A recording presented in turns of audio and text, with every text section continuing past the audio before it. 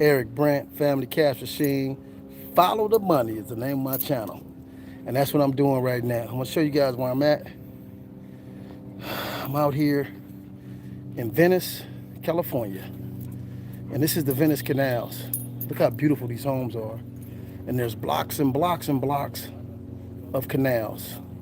And most people don't know about this. Most people come to Venice Beach and they just go down to the boardwalk where all the weirdos and stuff are at. But this part here is very dear to my heart. I was brought down here by my uncle when I was a little kid, and it always has a very intimate place in my heart because of the tranquility, the peace, and the money. So I'm always trying to put myself around positive environments. I'm always putting myself around rich environments. I'm always putting myself around interesting people so I can meet and network with different people from different walks of life. Okay? One of the things I don't do is limit myself. If you're talking about making real money, you got to be around real people, whether they're black, white, Jewish, Spanish, Latinos, whatever. The best possibilities and options for you as an entrepreneur is to surround yourself around multi-diverse ethnicities. But in doing so, you have to, oh, I like this, nice right here. Nice little, let me see, waterfall going, beautiful, beautiful, beautiful. So yeah, in order to do that, you gotta know who you are as a black man. If you don't know who you are I'm talking to my people. If you don't know who you are as a black man, I don't want to even say African American because we're not African American, we're black people. And we encompass the whole planet. Everywhere they went, they found black people. There's nowhere they went without finding people of color. You know, so when you are a indigenous person, that's the best term. When you're an indigenous person, you have to have a full confidence in who you are, and you can't do that without your history. Once you know your history, your true history, not their history, but your true history, then it gives you a certain confidence to move about, not arrogant, but to move about with a certain self-determination and a certain self-identity. So again, let me show you where I'm at. Let me show you where I'm at. I'm out here on Venice Canals. Venice Beach was named behind the Venice Canals. These canals here are replica of Venice, Italy. And a lot of people go to Venice Beach, they don't know about this area. This is where Venice Beach got its name from. I'm not on the boardwalk right now. The boardwalk of Venice Beach is where all the weirdos is at. All the people dancing and singing and trying to make Hollywood, which I'm not putting nothing against that. Because if you got a dream, go for your dream. But I come out here for peace of mind. I come out here to get my thoughts together, to channel my energy, to refocus on my objectives, aims, and goals, and still myself. Sometimes you gotta sit still because it's too much distractions in the world. Cell phone going off all the time, people calling you, you're watching, you're on TikTok, you're on all these different things, and it's constant distractions. So every now and then I gotta come out to an area and just relax and still myself. Okay? Ooh, I'm sweating. A little hot out here, but it's beautiful. So yeah, it's a Sunday, fun day. Family Cash Machine is a vision that I had in 2016. It blew up. I started teaching a lot of people with the family cash machine. I had over 600 people at one time in the family cash machine. And then around 2020, when COVID happened, you know, everything kind of fell apart. But now, you know, I'm back in the rebuilding stage of this vision that I have of teaching people about generational wealth. Now, these homes down here, a lot of them, let me turn them. A lot of these homes come from families who have already created generational wealth. And if you think it's not possible to do that in this day and age, if you think it's not possible to be one of the ones in your family to create generational wealth, you'll never do it. So what I'm saying to you guys is, Family Cash Machine was created by myself in 2017. We taught over 600 people about money. Now, in order to create generational wealth, you got to first understand money. And I'm not talking about understanding how to spend money. I'm not talking about understanding credit, because most of us don't even understand that. If you watch any Robert Kiyosaki videos, Robert Kiyosaki talks about he's $1.5 billion in debt. And I'm like, what? But it's not the kind of debt you think. It's not bad debt. It's good debt. Because he's got like 30,000 properties. And so if he's in debt for 1.5 billion, he can go borrow from his properties 300 million and put that in his pocket.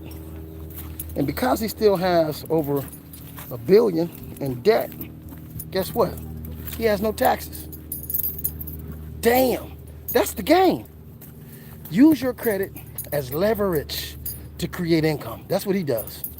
He laughs about it because he understands the tax system, and he understands as long as you got debt, you don't really have taxes. You can write everything off as debt. But like I said, if he got $1.5 billion in debt right now, he got over 30,000 properties. He's probably got about $4 or $5 billion worth of properties. So I guarantee you that debt is pocket money for him. That debt of 1.5 billion is money he got in his pocket that he can use for other things that he needs to do. That's the game.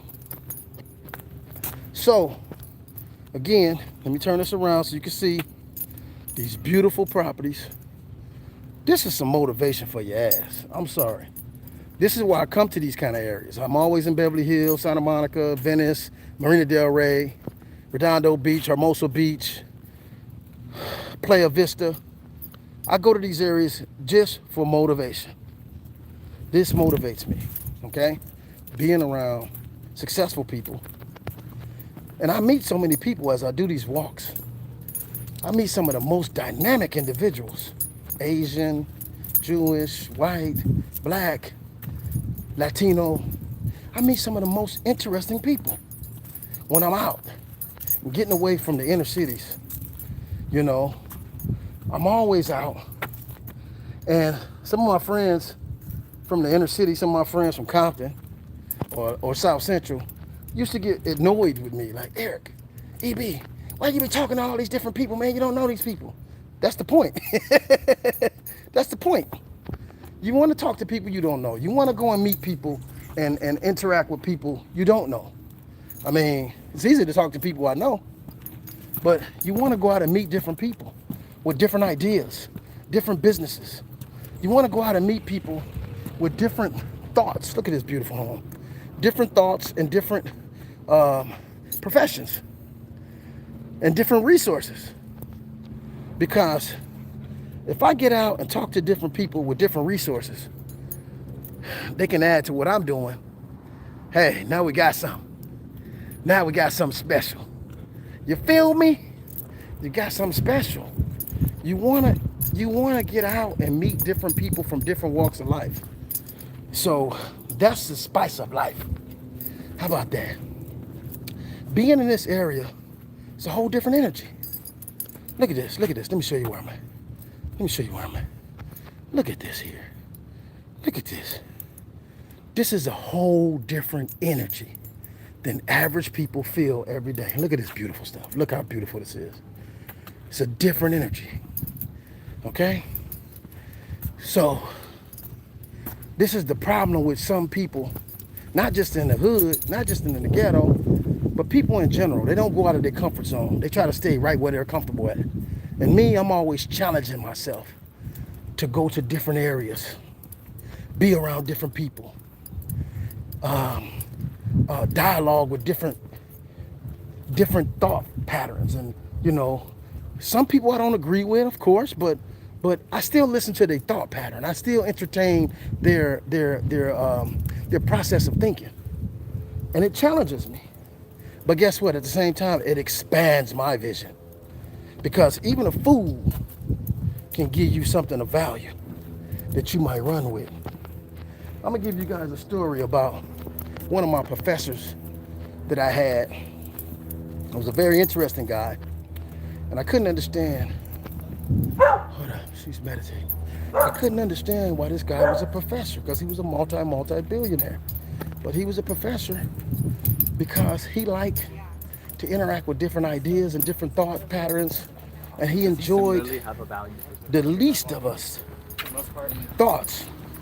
His name was Dr. West, and I was so impressed with him, because most people at that level become arrogant.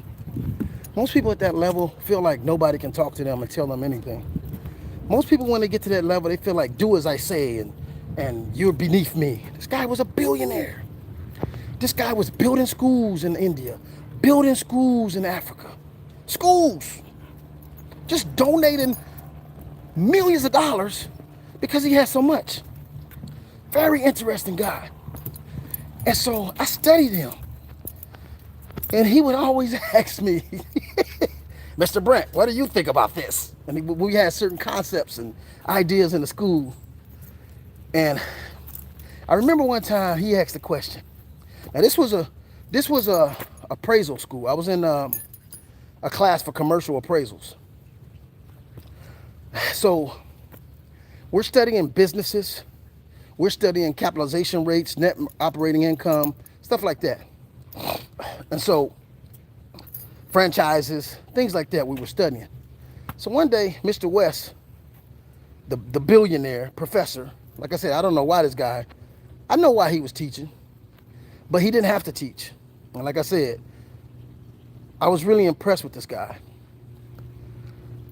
And so he asked everybody in the class, and he came to me last, because I guess he thought I always had interesting concepts, because I am a brother from Compton, and I am a brother who made millions in his life.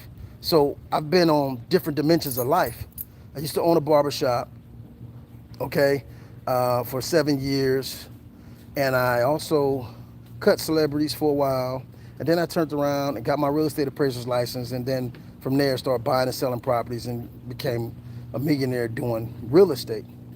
So because I had such a multi-dimensions in my life, I think he took interest in me and my concepts. And that's what makes 50 Cent so interesting. That's what makes Jay-Z. When dudes come from the hood, from the projects, and then end up becoming millionaires, their concepts is more wide ranged than most people. Man literally never so he was very, very interested in my concepts. So he would always ask me questions last. And it was almost like E.F. Hutton. So every time he got to me and said, Mr. Brent, what do you think? The whole class would be like, yeah, what do you think? Because I was the only black guy in the class. There was Asians in the class, white guys in the class, Jewish guys in the class. I was the only black guy in the class. And I'm sure my input and my insight was way different than everybody else's in the room, coming from where I came from. You know, not only am I from Compton, I did 10 years in jail, in prison, in federal prison. So my concepts were totally different. My outlook and insight was totally different than everybody else. So let me get to the story. So he asked everybody in the room, okay, as we were studying future value and current value, he said, is current value more valuable than future value? So I'm gonna give you guys an example, because we were studying income, we were studying properties. Because a lot of times I have to give an appraisal, it would have to be the future value of this property. So Mr. West, this brilliant guy who was a professor, he was a multi-billionaire, and I couldn't understand why he was a professor, but now I do. And I studied Mr. West. So he would always ask me last in the class. So he asked everybody in the class, is it future value more valuable or current value more valuable? And I'm gonna give you guys an example. When you win the lottery, you win $350 million. If you take annuities, over 20 years, you'll get $350 million. So a lot of people said future value was more valuable. I said current value was more valuable. And so current value would mean I would take 175 million now, one lump, pay my taxes, and be done with it. And the reason and most people feel like that when they win the lottery. So I'm just giving you guys an example. Most people feel like they don't understand it in the terminology I'm saying it, but most people will take the 150 or 175 million now because they're looking at, okay, the annuities, I don't know if I'm going to live 20 years, and you can't pass that over to your children when it's a lottery. So some people choose the current value, not understanding the terminology is current value is more valuable than future value. Well, number-wise, no. And when you look at the numbers, 350 million is more than 175 million. So future value, as far as number-wise, is more valuable than current value. But what is valuable to you? See, that's the key. What is valuable? See, value is something that's subjective, and sometimes it's subjective in the sense that for me, 175 million today is more valuable than me hoping I get this 350 million in 20 years. So once he asked me that question, he asked everybody that question. Excuse me. He asked everybody that question, and he asked me last. Then he turned around and said, okay, well, what would you do with that 175 million? He asked everybody in the room. Then he asked me last. And then, I'll buy my mama a house, I'll buy this, I'll buy that. Everybody was going around the class, I'll buy this and I'll buy that. So Mr. West came to me last. I was the only black guy in the class. And most of the guys were older than me too. I was the youngest and the only black guy in the class. This is a commercial appraisal class. Most of the commercial appraisers are older guys. At the time I was in my early, I was in my 30s. These guys was in their 50s and 60s. So he came to me and said, what would you do with your money? Well, if you win the lottery right now? And I said, nothing. He said, excuse me, Mr. Brent, I mean, you're going to do something. What are you going to do right away? Right away, you win right now. What would you do right away? And everybody in the class said, yeah, what would you do, Brent? What would you do, Brent? I said, nothing. They was like, come on, man, you're being sarcastic. I said, I would do nothing.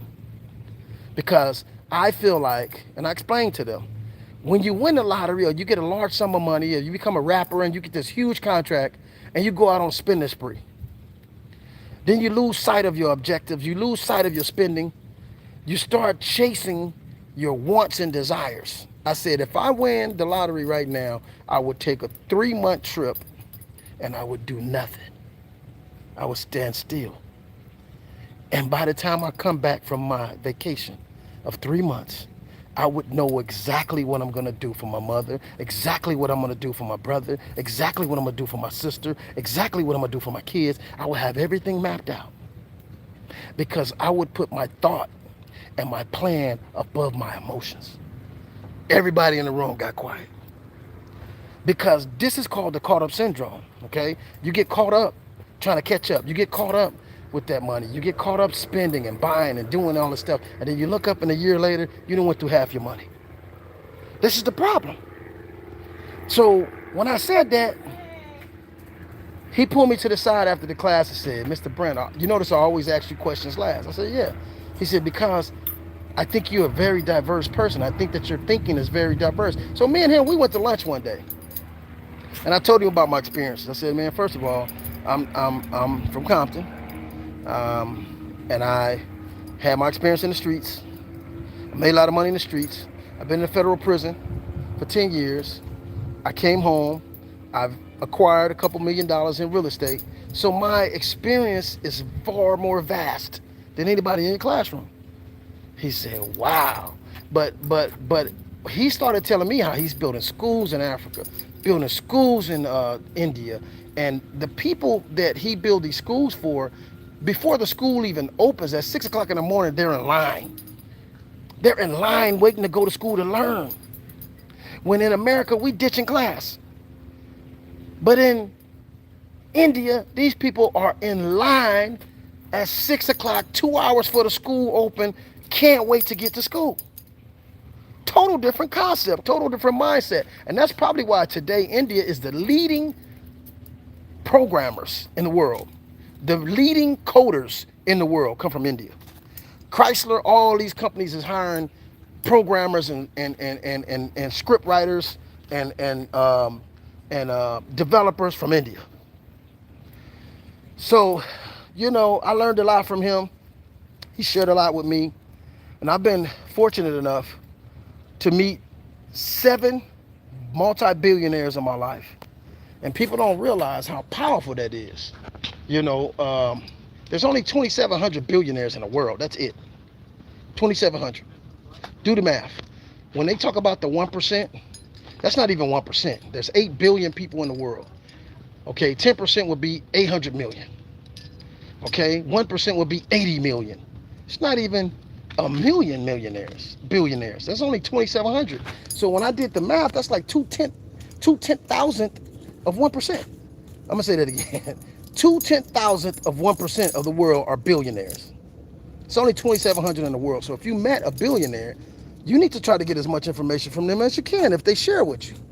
And I've had that opportunity in my life to talk to meet. I ain't talking about just one time. When I met one of the Gambinos, we talked for hours. I only met him once. But when I met Ted Turner, we talked for about 2 weeks straight. And so I got a lot of information from him, a lot of his experiences and a lot of his methodologies. When I met Scott Majors, this guy, he made 8 products for himself, energy products. He was a former minor league baseball player, and he started selling his products online. He sold over 100 million products that he made. One was called XS Extreme or something. It was like an energy drink. And he had 8 drinks that got bought out by Herbalife. Billionaire. I met him. We talked for about 2 or 3 weeks. He gave me a lot of information. He told me how to start using social media, how to start using it for income, and so how to mobilize and how to capitalize and monetize the people that you got on your internet. So that's what he taught me. I also met, just recently, I met a billionaire by the name of Tony Swayzak. He's made over $10 billion. And I met him twice already. We spent about 5 or 6 hours together every time I met him. And I'm gonna have more meetings with him as he's now guiding me through what I'm doing with this blockchain technology. And these companies that we got, this is going to be on a blockchain, like the one I'm talking about, Revel Rides, which is a rideshare company like Uber that pays more to its drivers, and it's cheaper for the riders, and it's on the blockchain. So I'm doing that one now. And I'm going to show you guys how to buy software nodes with that, or to help build that company, because they do pay when you refer drivers, and those drivers are connected to you for life. Every time they get a ride, you get paid. So it's an interesting concept. It's working. It's in over 20 different states. But who else did I meet? I met Michael Milken. Was one of the guys I met in prison. Actually, you go Google Michael Milken. He was in Lompoc Penitentiary. He was in Lompoc prison. So I met 2 billionaires in 3 actually. And then I met Ivan Boesky. And Ivan Boesky is the guy who the movie Wall Street was about. Not Wolf of Wall Street, but the movie Wall Street, where you had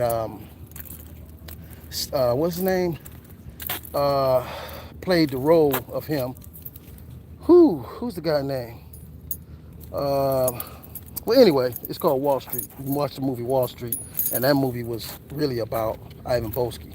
That's who that was about. So he also was with me in Lompoc. And I remember when he was going home, a good friend of mine's named Big H. Me and Big H walked the track with him when he was going home. Now this guy, he gave $1 billion back to the government. So how much money he got? So he had 10 years, but when he gave $1 billion back to the government, they said he cooperated because he told on himself. Ain't that something? So he paid, and they cut his time down to like 3 years, which he was on his way home. So we walked the track with him. And when he was leaving, he was kind of nervous, I guess, because, you know, he going back on Wall Street. He don't know what people going to think about him. Now he's done time in prison, you know, the whole nine. So we walked with him, and he told me, he said, and I was like, at the time I was 27, so I didn't really understand what he was saying to the fullest. I didn't really understand what Ivan Boesky was telling me. You can Google these guys' names. Ivan Boesky is another guy I had an opportunity to talk with for 2 months before he left. And Ivan Boesky told me, he said, Eric, if I spend $3.5 million a day, listen to me carefully, you guys. He said, if I spend $3.5 million a day, it would take me 31 years to be broke. Damn! You know how much money that is? You can't even spend that kind of money. It's impossible. So, hey. How you doing? Fine. My dog is having fun here. Let me see. I'm doing a video. Look, he's meeting so many new friends. Okay, how you doing? You too? Well, yeah. You too. So, he said, Ivan Boesky told me, and Haskell, I got a witness, my friend Haskell Watson. What's up, Big H? He told us if he spent $3.5 million a day, it would take him 31 years to be broke. Bam! He's a multi-billionaire.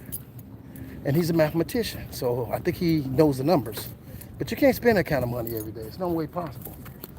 You can only buy so many $1 million homes. You can only buy so many cars. You can only buy so much jewelry. You can only buy so much stuff. Now, you're talking about every single day.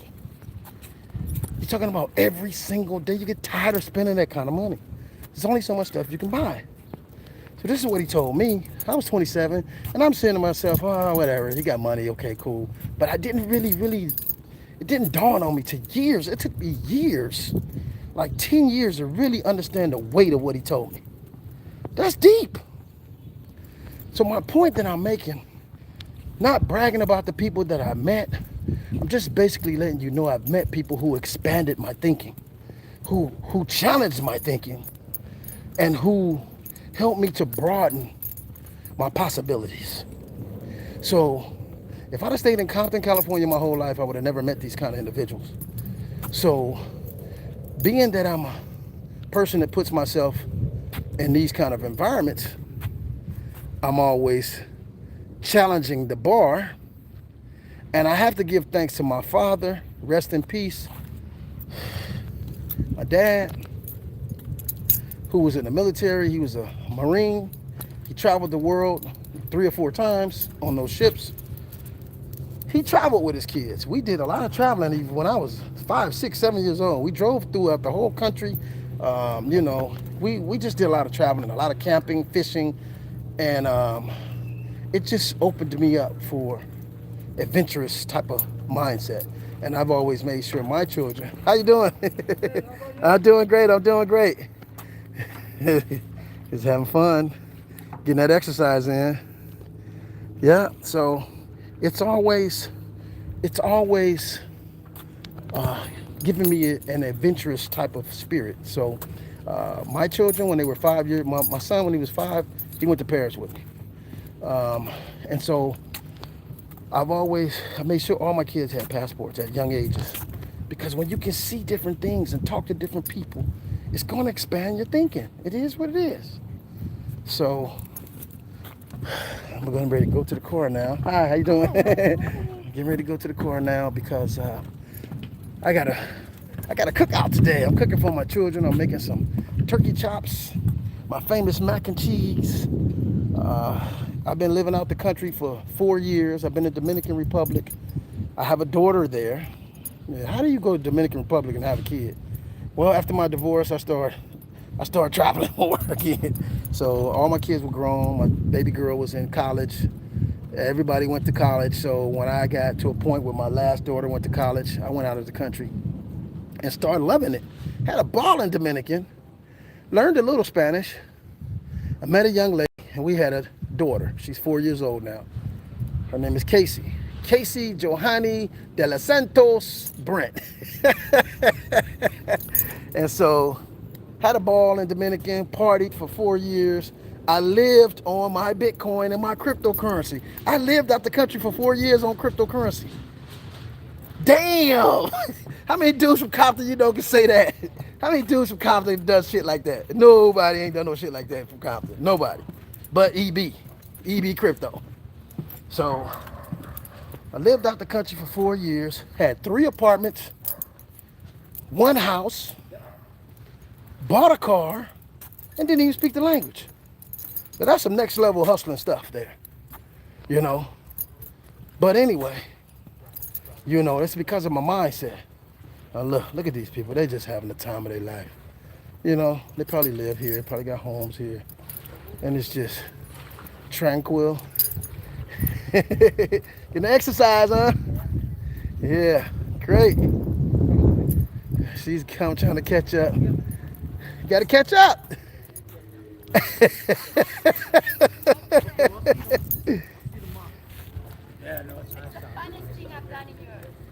Yeah. So yeah, you guys, this is what the life is about. This is what life is about. Life is about enjoying, talking to new people, meeting new people, and networking with these people. See, I don't just talk to these people. Sometimes I do business with people. I meet so many different people that can help me in different areas, and sometimes I can help them. If it's just information, I don't know too many people from the inner city of Los Angeles that got more information on cryptocurrency than EB Crypto. Anybody will tell you that. They be like, EB, you've been on this since Bitcoin was $200. Yes, I have. And I've learned so much because I've worked with programmers, and I have about 8 different programmers that talk to me and tell me different things from the techie side of this stuff. So, you know, this is why we missed Bitcoin in the beginning. We missed it because Bitcoin is something that was for programmers, you know. So I'm not a programmer, you know what I'm saying? I'm a regular guy. But being that I study value, I understood the value of what it represented when I understood the technology and how it would disrupt so many different businesses. So yeah, just doing my little walk, Sunday walk.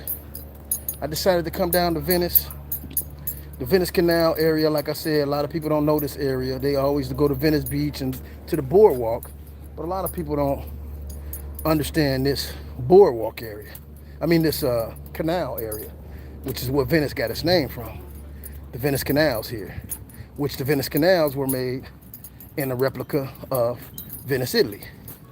So I got to get ready to go and make my turkey chops today for my kids. They miss my cooking. Like I said, I've been in Dominican Republic for 4 years.